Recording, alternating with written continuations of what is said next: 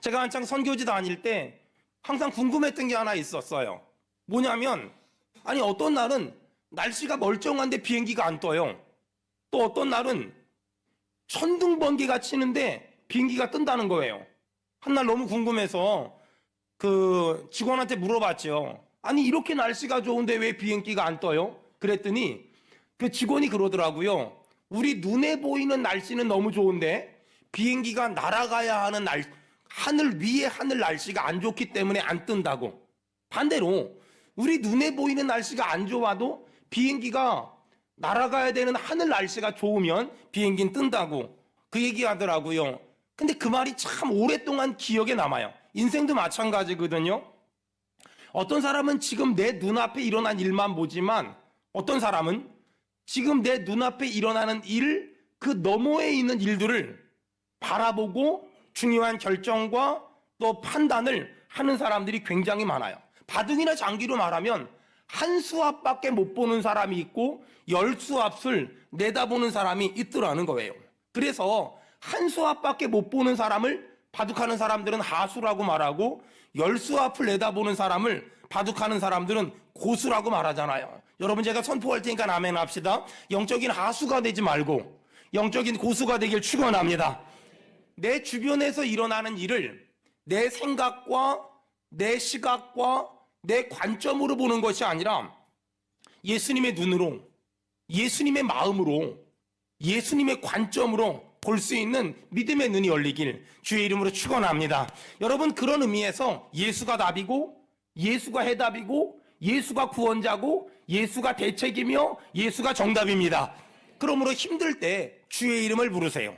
속상할 때, 서운할 때, 섭섭할 때, 마음에 분이 가득할 때, 마음에 속상함이 가득할 때 주의 이름을 부르세요. 주님이 우리를 구원해 주실 줄로 믿습니다. 여러분, 우리 생각에는 예수님 말고 다른 해답이 있을 것만 같고 예수님 말고 다른 정답이 있을 것 같지만 그렇지 않아요. 예수가 해답이고 예수가 정답이에요. 제가 장담하건대 예수 말고 다른 해답을 찾으면 찾을수록 수치와 부끄러움을 당하게 될 것이고 더 많이 낙심하고 더 많이 좌절할 거예요. 분명한 건 사람을 보며 세상을 볼 땐 만족함이 없지만 나의 하나님, 그분을 꼭 붙잡으면 하나님이 우리의 심령을, 우리의 삶을 만족시켜 주실 줄로 믿습니다. 자, 그런 의미에서 잠언 21장 20절. 잠언 21장 20절. 우리 다 같이 크게 읽겠습니다. 시작. 지혜 있는 자의 집에는 귀한 보배와 기름이 있으나 미련한 자는 이것을 다 삼켜버리느니라. 자, 지혜 있는 자 언더라인 쳐보세요. 지혜 있는 자의 집에는 귀한 보배와 기름이 있대요. 다시 말해서 지혜 있는 자의 집에는 하나님이 주신 것이 여전히 남아있고 또 지혜 있는 자의 집에는 하나님이 주신 것들이 여전히 잘 보존된대요. 하지만 미련한 자의 집에는 하나님이 주신 것들이 싹 다 없어진대요. 여러분, 축복합니다. 하나님이 주신 것이 여러분에게 지혜가 있어서 더 많아지길 바라며 더 번성해지길 바라며 더 풍성해지기를 주의 이름으로 축원합니다. 자, 오늘 하나님은 우리에게 첫 번째 뭐라고 말씀하시냐면 지혜 있는 자의 집에는 하나님이 주신 것이 잘 보존될 뿐만 아니라 더 번성하고 더 풍성해진대요. 그러므로 여러분이 지혜 있는 자가 됐으면 좋겠고 잠언이 말하는 지혜가 뭐냐? 예수 믿는 사람을 말해요. 그러므로 여러분의 가정에 예수 믿는 사람이 더 많아지길 바라고 그러므로 하나님이 주신 선물 같은 것들이 잘 보존되고 더 풍성해지고 더 넉넉해지고 더 번성해지기를 주의 이름으로 축원합니다. 자, 그 다음 두 번째입니다. 21절. 잠언 21장 21절. 우리 다 같이 읽겠습니다. 시작. 공의와 인자를 따라 구하는 자는 생명과 공의와 영광을 얻느니라. 아멘. 거기 공의와 인자를 따라 구하는 자란 인생의 어떤 기준, 어떤 원칙을 얘기하는 거예요.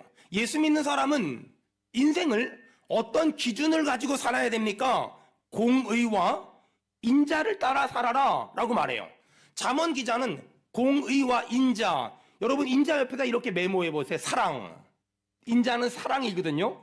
잠언 기자는 공의와 인자를 따라 살아야 돼. 이것이 그리스도인의 삶의 원칙이야 라고 얘기하거든요. 그러면 공의와 인자는 무엇을 가리키냐? 예수님이요. 하나님의 말씀이요. 다시 제가 읽어볼게요. 공의와 인자를 따라 구하는 자는, 예수님을 따라 사는 자는, 하나님의 말씀을 따라 사는 사람에게 하나님이 세 가지 선물 준대요. 뭐지요? 생명과 동그라미 치세요. 공의와 동그라미 치세요. 영광을 하나님이 선물을 준대요. 자, 그렇다면 오늘 제가 이 세 가지를 한번 설명해 보려고 그래요. 공의가 뭡니까? 그 다음에 생명이 뭡니까? 그 다음에 영광이 뭡니까? 하나님은 오늘 예수님을 내 인생의 구세주로 모신 사람에게 이 세 가지, 생명과 공의와 영광을 준다고 하거든요. 여기서 말하는 첫 번째 선물이 생명인데, 여기서 말하는 생명이란 이 땅에서의 생명만을 의미하는 것이 아니라 죽음 이후에 저 하늘나라에서의 생명도 의미하는 거예요. 사람들은 이 땅에서 천년 만년 살 것처럼 생각하거든요. 그런데 이 땅에서 천년 만년 살 수 있는 사람은 한 명도 없어요. 옆 사람 얼굴 보고 한마디 합시다. 다 죽습니다. 시작. 예외는 없어요. 사람은 누구나 다 죽을 수밖에 없도록 만들어졌어요. 그래서 이 세상 사는 거 잠깐이에요.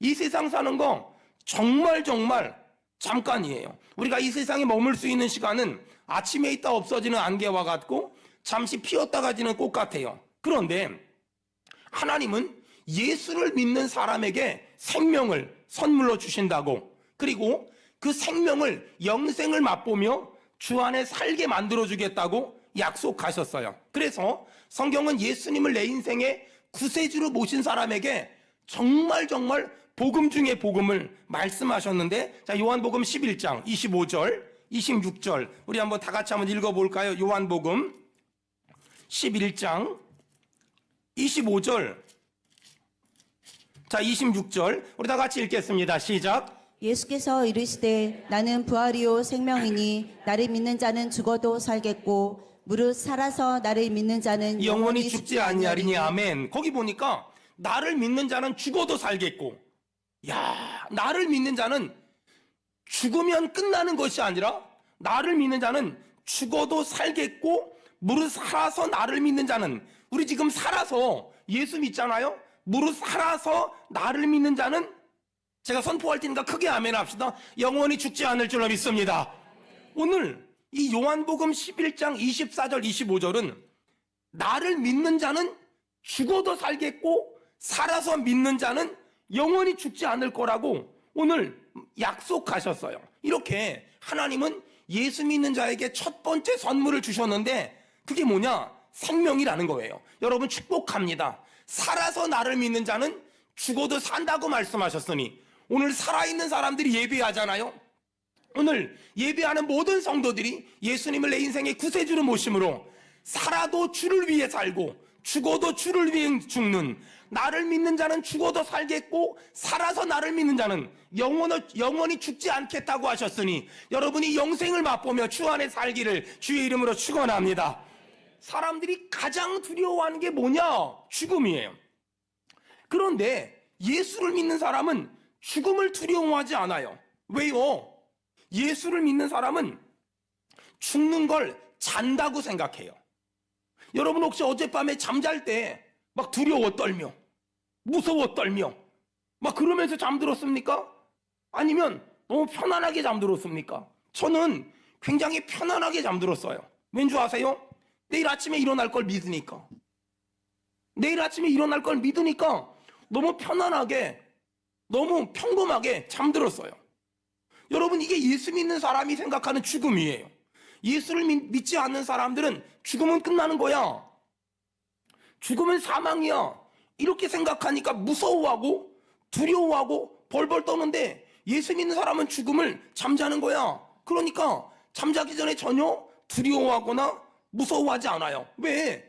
잠 잘 자고 나면 깨어날 거고, 깨어났는데 눈 떠보니까 천국이고 그 앞에는 하나님이 계시며 그 앞에는 내가 사랑하는 사람들이 전부 다 애썼다고 수고했다고 박수 쳐줄 거예요. 우린 거기서 영생을 맛보며 주와 함께 살 것이고 오늘도 내일도 주와 함께 살 것입니다. 우리는 이런 엄청난 은혜를 받은 자임을 믿습니다.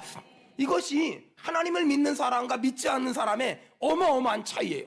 하나님을 믿지 않는 사람은 두려워요. 무서워요. 왜? 죽음은 끝난다고 생각하니까.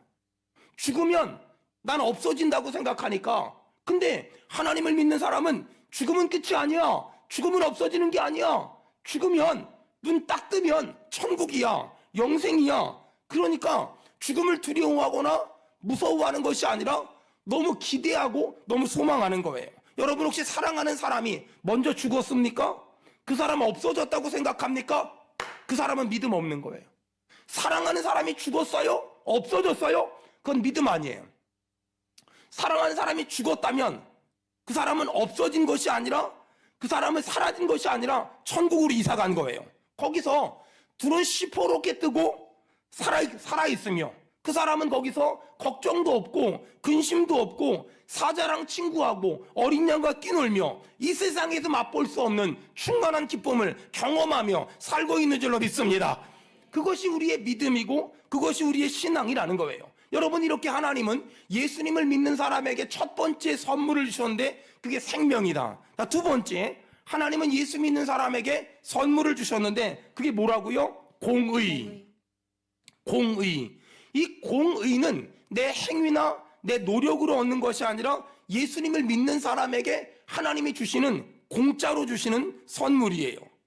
이렇게 하나님은 예수님을 믿는 우리에게 공의라는 선물을 주셨는데 이 선물은 내 노력이나 내 열심으로 얻는 것이 아니라 하나님의 은혜로 주신 선물이거든요. 그리고 이 선물을 받음으로 우리는 새 생명을 얻었고, 아멘 합시다. 하나님의 자녀가 됐으며 의롭다함을 얻었으며 영생을 선물로 받은 줄로 믿습니다. 그리고 훗날 우리는 뭘 받을까요? 빛난 면류관. 빛난 면류관 받기까지 우리는 빛난 면류관을 받게 된다는 거예요. 그러니까 우리는 살면 살수록 허무가 아니라 기대가 돼요. 하나님이 나한테 어떤 빛난 면류관을 주실까? 하나님이 나에게 어떤 선물을 주실까? 하나님은 오늘 예수 믿는 사람에게 두 번째로 공의라는 선물을 주셨다고.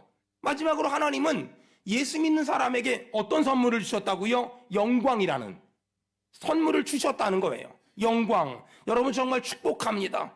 정말 여러분의 가정과 여러분의 자녀와 여러분의 배우자와 여러분의 사업장을 통하여 하나님의 영광 가리우지 말고 하나님의 영광 드러내기를 주의 이름으로 축원합니다. 요한복음 11장 40절 우리 다 같이 한번 읽어보겠습니다. 요한복음 11장 40절. 저 이 말씀 너무너무 좋아해요. 우리 다 같이 읽겠습니다. 시작. 예수께서 이르시되 내 말을 내가 믿으면 하나님의 영광을 보리라 하지 자, 아니하느냐 제가 선포할 때는 하시니. 아멘 합시다. 내 말을 믿으면 하나님의 영광을 볼 줄 믿습니다. 우리가 예수 믿고 하나님 말씀대로 살면 하나님의 영광을 본대요. 저는 날마다 새벽마다 기도합니다. 하나님, 우리 수원은혜교회를 통하여 하나님의 영광이 드러나게 하시며 사랑하는 성도들을 통하여 하나님의 영광이 드러나게 하시며 요즘 사업장 신방 다니면서 이 사업장을 통하여 하나님의 영광이 드러나게 하시며 제 목회를 통하여 하나님의 영광이 드러나게 도와주시옵소서. 여러분, 내가 내 말을 믿으면 하나님의 영광을 보리라.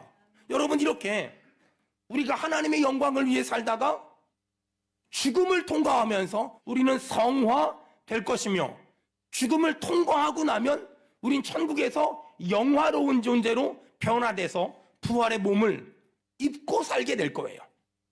가끔 우리 청년들이나 학생들이 물어봐요. 목사님, 천국 가면 부활의 몸을 입고 산다는데 그게 어떤 몸일까요? 저도 몰라요. 근데 한 가지 분명한 건 난 천국 가면 경험하게 될 건데 너는 천국 못 가면 경험을 못하니 어떡하니? 그러니 일단 그 몸이 어떤 몸일지 고민하지 말고 천국이나 갈 생각부터 해라 라고 말하면 아이들이 슬피 울며 이를 갈며 돌아가요. 여러분, 저는 우리가 하나님의 영광을 위해 살다가 죽음을 경험하며 우리의 성화는 완성되며 죽음을 통과한 다음에 우리가 영화로운 몸을 입게 될 줄을 믿기 때문에, 부활의 몸을 입게 될 것을 믿기 때문에 저는 장례식에 가서 예수를 잘 믿은 사람이 돌아가신 장례식에 가면 너무너무 기뻐요. 거기서 막 가면 막 농담도 하고 막 장난도 쳐요. 왜? 너무 좋은 곳이니까. 아니, 그 좋은 천국 가셨는데 왜 울어요? 왜 속상해해요? 왜 아파해요? 그냥 아쉬움이 좀 있는 거지. 그런 장례식 가면 너무 좋아서 춤추고 싶어요. 하지만 예수 믿지 않고 돌아가신 장례식에 가면 마음이 너무 힘들어요. 마음이 너무 무거워요. 여러분, 오늘 아직 예수 안 믿는다면 오늘 꼭 예수 믿고 여러분의 죽음 이후의 인생이 천국이 되길 바라며, 이미 예수 믿는다면 여러분의 자녀한테 천국이 얼마나 좋은 곳인지, 영생을 맛보며 주 안에 사는 것이 얼마나 좋은 것인지 잘 설명해줘서 여러분도, 여러분의 자녀도, 여러분의 부모도 예수 믿고 천당 가길 주의 이름으로 축원합니다. 자, 그렇다면 오늘 좀 더 구체적으로 요한복음 11장 21절, 잠언 21장 21절, 거기 보면 공의, 동그라미 쳐보세요. 인자, 동그라미 쳐보세요. 이 두 가지 말을 제가 설명 좀 할게요. 공의가 뭡니까? 공의는 거기 메모하세요. 이것이 옳은지를 분별하는 것. 내가 하려고 하는 일이 옳은가를 분별하는 것. 이것이 공의예요. 인자는요, 내가 이 일을 사랑으로 하려고 하는가를 분별하는 것. 그래서 공의와 인자가 이 땅을 살아가는 모든 그리스도인의 삶의 기준이 돼야 되는데, 이 땅을 살아가는 모든 그리스도인은 어떤 일을 할 때 항상 두 가지 원칙을 붙잡아야 돼요. 이 일이 하나님 보시기에 옳은가, 두 번째, 이 일을 사랑으로 하려고 하는가. 이 두 개 중에 하나만 아니어도 안 하는 게 하나님의 뜻이라는 거예요. 이 두 가지 질문 중에 하나만이라도 들어가지 않으면 안 하는 것이 하나님의 뜻이라는 거예요. 이것이 옳은가, 내가 하려고 하는 일이 옳은가, 내가 하려고 하는 일을 사랑으로 행하는가. 이 두 가지 질문 앞에 합격하면 하지만 합격하지 않으면 그 어떤 일도 안 하는 것이 하나님의 뜻이라는 거예요. 이것이 옳은가에 대한 기준은 내 경험이 아니에요. 이것이 옳은가의 기준은 내 생각이 아니에요. 이것이 옳은가에 대한 기준은 하나님의 말씀이어야 돼요. 여러분, 구약 성경을 읽다 보면 하나님이 이스라엘 백성들이 가나안에 들어갈 때 명령하세요. 가나안 7족속 죽여라. 여러분, 그러면 하나님 보시기에 합당한 공의는 뭘까요? 가나안 7족속을 죽이는 거예요. 근데 어떤 사람이, 아니 목사님, 사랑이 많으신 하나님이 왜 가나안 7족속은 죽이래요? 라고 물어볼 수 있어요. 잘 들어보세요. 내 생각에 하나님이 사랑이 많으시기 때문에 가나안 7족속을 죽이면 안 되지 않습니까? 이건 공의가 아니에요. 공의란 하나님 보시기에 합당한 것을 공의라고 말하지, 내 생각에 옳은 것, 내 경험상 옳은 것이 아니라는 거예요. 가나안 7족속을 죽이라고 말씀하셨다면 우리는 죽이는 것이 공의예요.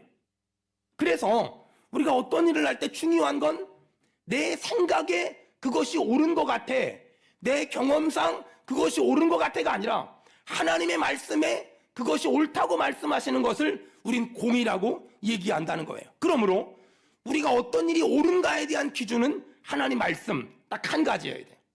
두 번째, 우리가 어떤 일을 행할 때 그것을 사랑으로 행하는가, 그 일을 사랑으로 행하는가. 이 질문 앞에 나는 사랑으로 행하는 거야 라는 결론이 나오면 그 일을 행해야 되지만, 만약에 그 일을 사랑으로 행하는 것이 아니라 서운함 때문에, 섭섭함 때문에, 그 사람과의 안 좋은 관계 때문에 내가 그런 결정을 하고 있다면 그것은 인자가 아니라는 거예요. 여러분, 요한복음 8장에 가늠하다 현장에서 붙잡힌 여인이 나와요. 사람들은 그 여인을 보자마자 옆에 있는 돌을 붙잡고 던지려고 해요. 여러분, 왜 사람들은 가늠하다 현장에서 붙잡힌 여인에게 돌을 던지려고 했을까요? 그것이 그들에게 공의였어요. 근데 그렇게 돌을 던지려고 하는 사람들에게 예수님 뭐라 그래요? 죄 없는 자가 먼저 돌로 쳐라. 그들이 가늠하다 현장에서 붙잡힌 여인에게 돌을 던지는 건 그들의 입장에선 공의였지만 그들에게 있는 공의 안에 뭐가 없었어요? 사랑이 없었어요. 그래서 예수님은 죄 없는 자가 먼저 돌로 쳐라 이렇게 말씀하신 거예요. 여러분, 구약 성경을 보면 여자들에게 이혼 증서를 써주란 말이 있어요. 그걸 보고서 이 바리새인들, 율법을 신봉하는 바리새인들은 많은 여자들과 합법적으로, 율법적으로, 성경적으로 이혼을 했어요. 왜? 율법에 이혼 증서를 써주라는 말이 있으니까. 그러니까 여자들은 부당하게 이혼을 당하고 버림받았어요. 여러분, 과연 이혼 증서를 써주라는 말이 그 바리새인들이 소위 말도 안 되는 이유를 가지고 여자들과 이혼한 그것을 합법적으로 만들기 위해서 하나님이 이혼 증서를 써주라 그랬을까? 그렇지 않다는 거예요. 고대 문헌들을 보면 이 율법주의자들이 하나님이 이혼 증서를 써주라는 이 문구를 가지고 얼마나 말도 안 되는 이혼을 했는지를 잘 기록하고 있어요. 계란 후라이를 못함, 음식이 맛이 없어짐, 아이가 지저분함, 심지어 뚱뚱해졌음, 몸이 아픔, 이런 말도 안 되는 이유를 가지고 그 율법을 신봉하는 사람들이 여자들을 합법적으로 율법적으로 이혼했어요. 과연 하나님이 이렇게 하라고 이혼 증서를 써주라고 말했을까? 그렇지 않다는 거예요. 그렇다면 하나님은 왜 율법에 이혼 증서를 써주라고 말했을까요? 당시 사회는 이혼을 금기시하던 문화였어요. 그런데 어떤 여자가 이혼을 당했을 때 이혼 증서를 써줘라. 왜? 사람들이 이혼당한 여자를 멸시하지 못하게 하려고, 천대하지 못하게 하려고, 핍박하지 못하게 하려고. 이 여자가 이혼을 당한 건 여자 때문이 아니라 그 남자 때문이라고, 그래서 이 여자가 살 수 있도록 만들어주기 위해서 이혼 증서를 써주라고 말했는데, 이 바리새인들은 글자만 읽고서 이혼 증서를 써주라는 문구만 가지고 여자들을 더 아프게 했고 더 힘들게 했어요. 이들은 율법의 문구는 지켰지만 율법을 주신 하나님 아버지의 마음은 놓쳐버린 거예요. 여러분, 오늘 하나님은 그리스도인들이 이 땅에서 어떻게 살아야 되는지 얘기하고 있어요. 공의와 인자로, 다시 말해서 하나님 말씀대로 살고 그 일을 하고자 할 때 내 마음 안에 사랑이 있나를 묵상하라는 거예요. 만약에 내가 어떤 일을 할 때 사랑이라는 감정이 없이 서운함, 섭섭함, 안갚음, 네가 나한테 그따위로 했어? 나도 너한테 그따위로 할 거야, 이런 마음이 있다면 그건 율법을 지키는 것이 아니라 그건 율법을 빙자한, 하나님을 아프게 하고 하나님을 힘들게 하는 거야 라고 말하는 거예요. 십계명을 보면 살인하지 말라, 간음하지 말라, 도둑질하지 말라는 율법이 있어요. 여러분, 이 율법 안에는 뭐가 있을까요? 하나님의 사랑. 살인하지 말라, 왜? 약자를 돌보는. 도둑질하지 말라, 왜? 남의 것을 훔치는 건 옳지 않으니까. 간음하지 말라, 여인들을 함부로 하지 말라는 하나님의 사랑이 다 담겨 있는 거예요. 그래서 성경을 보면 32,500가지의 말씀이 있어요. 이 말씀을 10가지로 줄이면 십계명이에요. 십계명의 왼쪽은 하나님을 어떻게 섬길지, 오른쪽은 사람들과 어떻게 관계를 해야 될지가 아주 정확하게 나와요. 그 10가지를 또 줄이면 2가지로 만들 수 있어요. 하나님을 사랑해라, 이웃을 사랑해라. 이것이 기독교 신앙이고 기독교 정신이라는 거예요. 하지만 바리새인들의 문제가 뭐예요? 그들은 공의를 내세웠어요. 그것이 옳은가? 그것만 집중했어요. 그리고 그 안에 하나님의 사랑을 빼먹은 채로 그들은 율법을 변질시켜서 자기들의 유익과 자기들의 이익을 위해서, 또 자기의 입장을 주장하는 일을 위해서 악용했다는 거예요. 그럼 바리새인들을 향해서 예수님 뭐라 그랬어요? 회칠한 무덤이라고, 독사의 자식이라고. 왜 사랑이 많으신 예수님이 이렇게 말했을까요? 하나님의 마음을 왜곡시켰기 때문에, 하나님의 마음을 변절시켰기 때문에. 그러므로 하나님을 믿는 모든 사람들은 어떤 일을 하려고 할 때 2가지를 물어봐야 돼요. 이것이 옳은가? 그 다음에 그 일을 사랑 때문에 하는 일인가? 이 2가지 중에 하나라도 걸리면 그 일은 안 하는 것이 하나님의 뜻이라는 거예요. 자, 마지막으로 잠언 21장 26절입니다. 잠언 21장 26절 우리 다 같이 읽겠습니다. 크게 읽겠습니다. 시작. 어떤 자는 종일토록 탐하기만 하나 의는 아끼지 아니하고 베푸느니라. 어떤 사람은 종일토록 탐하기만 한대요. 하지만 의인은 아끼지 않고 베푼대요. 저 어릴 적에 주일날 아침이 되잖아요. 이 시간이 되잖아요. 시골교회는 11시 예배잖아요. 이 시간이 되면 엄마가 절 불러요. 엄마가 감리교 속장이니까 절 불러요. 그리고 너 엄마네 속 식구들 찾아가서 성미 받아오라고. 정말 하기 싫었어요. 매 주일마다 집집마다 다니면서 쌀 거들어 다니는 거예요. 그럼 이제 봉투 하나 들고서 성미 봉투 들고서 쌀 받으러 다니는 거예요. 아니 알아서들 내주면 얼마나 좋아. 그놈의 걸 매주마다 받으러 다니는 거예요. 그러면 어떤 집은 잘 줘요. 어떤 집은 아니 아침부터 재수없게 복달아나게 그런 거 받으러 왔다고 또 뭐라 그래요. 어떤 집은 투덜거리면서 주고 어떤 집은 투덜거리진 않지만 투덜거리면서도 안 줘요. 그리고 매주마다 그걸 받아오는 거야. 그리고 엄마한테 엄마 어떤 집은 주고 어떤 집은 안 주고 어떤 집은 투덜거리면서 주고 어떤 집은 투덜거리면서도 안 줘. 그러면 저희 엄마가 했던 말이 있어요. 너 나중에 5년 뒤에 10년 뒤에 봐봐라. 성미 잘 내는 집은 하나님이 반드시 복 주고 성미 안 내는 집이나 투덜거리는 집은 하나님이 있던 복도 없애신다? 제가 그거를 되게 오래 했거든요. 근데 시간이 많이 흘러서 요즘에 거기 가보잖아요. 그럼 정확해요. 정확해요. 근데 성미를 잘 내는 집이 부자가 아니에요. 성미를 안 내는 집이 없는 집이 아니에요. 근데 신기한 건 그게 신앙의 습관이거든요. 그게 신앙의 버릇이거든요. 어떤 사람은 그렇게 움켜잡아요. 움켜잡는다고 부자 되지 않아요. 나눠준다고 거지 되지 않아요. 저는 평생의 소원이 있어요. 탐하는 인생, 움켜잡는 인생이 아니라 나눠주고 베푸는 삶, 그런 거 살고 싶어요. 한 번은 옛날에 우리 교회 집사님 저한테 물어봐요. 목사님 밖에만 퍼주지 말고 안에도 퍼줘요. 안에도 좀 나눠주세요. 그러더라고요. 제가 그래서 그 집사님 빤히 쳐다보면서 한마디 했어요. 집사님 생각에 밖에 이렇게 퍼준다면 안에는 퍼줄 것 같아요? 안 퍼줄 것 같아요? 제가 물어봤죠. 그랬더니 그 집사님이 갑자기 당황하면서 하기사 안에도 퍼주겠네요. 맞아요. 제가 밖에 이 정도 퍼주면 안에 얼마나 많이 퍼주겠어요. 다만 안에 퍼주는 건 알리지 않는 거예요. 밖에 퍼주는 건 가끔 설교할 때 얘기하지만 안에 퍼주는 건 알리질 않는 거예요. 여러분 제가 예전에 우리 교회 재정 지출의 원칙 얘기한 적 있죠. 첫째, 하나님께 영광. 둘째, 헌금한 사람에게 보람. 셋째, 헌금이 흘러간 사람에겐 기쁨을. 저 어릴 적에 고등학교 다니면서 신문 배달하며 학교 다녔거든요. 가끔 저희 고등학교 주변에 있는 종교단체에서 장학금 받아가라 연락이 와요. 한 번은 대순진리회에서 전 장학금 준다고 연락이 왔어요. 그래서 돈 준다니까 갔죠. 갔는데 사람들 굉장히 많더라고요.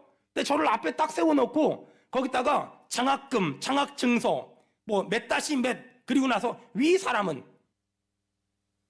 품행이 방정하고 성적이 월등하지만 생활이 어렵기 때문에 이에 장학증서를 수여함. 이게 뭐예요 이게. 그냥 공부 잘해서 준다 그러면 얼마나 기분 좋아.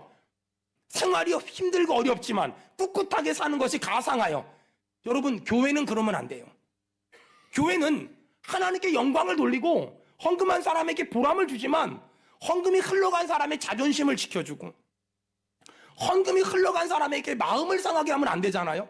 그래서 교회에서는 교회 안에 퍼준 거는 전부 다 오프 더 레코드 하는 거예요. 하나님만 알고 나만 알고 본인만 알면 되지. 여러분 만약에 그걸 제가 오픈해요. 재정보고 때 우리가 누구누구를 도왔습니다. 얼마나 민망하겠어요. 얼마나 자존심이 상하겠어요. 그래서 밖에 흘러나가는 건 제가 설교할 때 얘기하지만 안에는 오픈하지 않는 거예요. 그러니까 불필요한 오해하지 않으셔도 괜찮다는 거. 왜 성경은 나눠주고 베풀라고 할까? 성경에 굉장히 많은 기록이 있지만 여러분 저 보세요. 제가 열심히 나눠주고 열심히 베풀고 살잖아요. 가끔 우리 교회 집사님 권사님들이 그래요. 목사님 좀 내 것 좀 챙기라고. 만약에 제가 내 것을 챙기기 시작하면 제가 목회하기 힘들어요. 저는 나눠주는 것도 잘하지만 챙기려고 마음 먹으면 챙기는 것도 무지하게 잘할 수 있거든요. 그러면 하나님의 은혜가 없잖아요. 그러면 하나님의 역사가 일어나지 않잖아요. 여러분 근데 제가 이렇게 많이 나누고 이렇게 많이 베풀었더니 하나님이 제 삶 가운데 주시는 복을 보세요. 우리 교회에 얼마나 많은 복을 주시고 우리의 가정에 얼마나 많은 복을 주셨나. 여러분 축복합니다. 탐하는 인생, 움켜잡는 인생 살지 말고 나눠주고 베풀고 하나님이 주시는 복을 경험하는 저와 여러분 되길 축원합니다. 여러분 특별히 하나님한테, 그래서 여러분 신앙생활은 움켜잡고 하는 것이 아니라 손 펴고 하는 거예요. 움켜잡으면 아무것도 하나님한테 복을 못 받아요. 제가 지난주에 애기들 유아 세례 받고 너무 이뻐서 어떤 애기한테 뭘 좀 주려고 이렇게 너 일로 와봐 그랬어요. 근데 얘가요 이미 어떤 집사님이 뭘 줘가지고 두 주먹 안에 뭐가 있는 거예요. 동전인지 돈인지 이걸 꽉 쥐고 있어요. 근데 내가 보니까 1,000원짜리 있더라고요. 근데 저는 10,000원짜리 주려고 했거든요. 근데 얘가 1,000원짜리를 이걸 피면 떨어지잖아요. 이걸 못 피니까 10,000원짜리 못 받아. 우리가 그렇다니까는요, 움켜잡고 있으니까 1,000원짜리를 움켜잡고 있으니까 10,000원짜리를 못 받는 거예요. 하나님한테 기도할 때 그래서 여러분 두 주먹 쥐고 기도하지 말고 두 손 피고 기도하세요.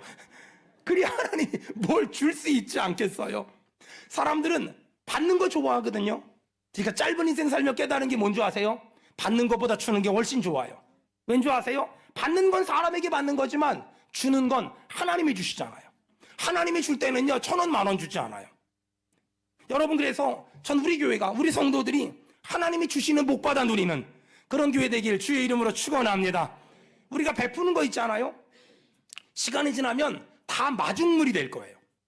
여러분 마중물이 뭔지 아시나요? 저 어릴 적에 서울에 살았는데 저희 집에 펌프가 있었어요. 펌프 이렇게 막 이렇게 하면 이렇게 물 올라오는 거. 저희 집에 그 월세 사는 사람들이 많았거든요. 엄마가 그 돈 받아서 생활해서 그래서 베니다판으로 이렇게 칸막이 해가지고 몇 명 살았거든요. 그 누나들 중에 버스 안내양들이 좀 살았어요. 근데 있잖아요, 버스 안내양 누나들이 165번, 166번인데 저희 집에 이제 하루 종일 일하고 집에 오잖아요. 그럼 막 씻고 물 마시고 막 그러려 그래요. 그걸 알아서 우리 엄마가 펌프 옆에 마중물을, 이런 물을 하나 바가지로 받아놔요. 그러면 이 물을 펌프에 이렇게 붓잖아요. 붓고 팍 펌프질을 하면 내가 원하는 만큼 물이 나와요. 내가 원하는 만큼. 근데 가끔 이 철딱선이 없는 그 버스 안내양 누나들이 있거든요. 그 누나들이 엄마가 그 마중물 하라고 물을 놔뒀는데 그걸 너무 피곤하니까 벌컥벌컥 다 마셔버린 거야. 그러면 그 밤에 물 얻으러 다녀야 돼요. 여러분 하나님이 주신 마중물을 먹어버리면 끝이에요. 근데 그걸 펌프에 집어넣고 팍 돌리면 무한대로 물이 나와요. 여러분 우리는 둘 중 하나 인생 살아야 돼요. 하나님이 주신 거 먹어버릴 것인가, 아니면 하나님이 주신 것 더 연약한 곳으로 흘려보내서 내가 하나님이 주시는 복을 경험할 것인가. 그리스도인은 하나님이 주신 걸 먹어버리는 사람이 아니라 하나님이 주신 걸 더 연약한 사람에게 흘려보냄으로 주의 몸된 교회를 섬김으로 더 많은 복을 받아서 더 많이 베풀고 사는 거예요. 그래서 저에겐 원칙이 있어요. 남에겐 후하게, 나한테는 철저하게. 여러분 기억하세요. 사람들은 모은 걸 보지만 하나님은 베풀고 나눈 걸 보세요. 내가 가진 오병이어를 먹어버리면 점심 한 끼지만 나눠주니까 남자만 5,000명, 여자와 아이들까지 2만 명이 먹었어요.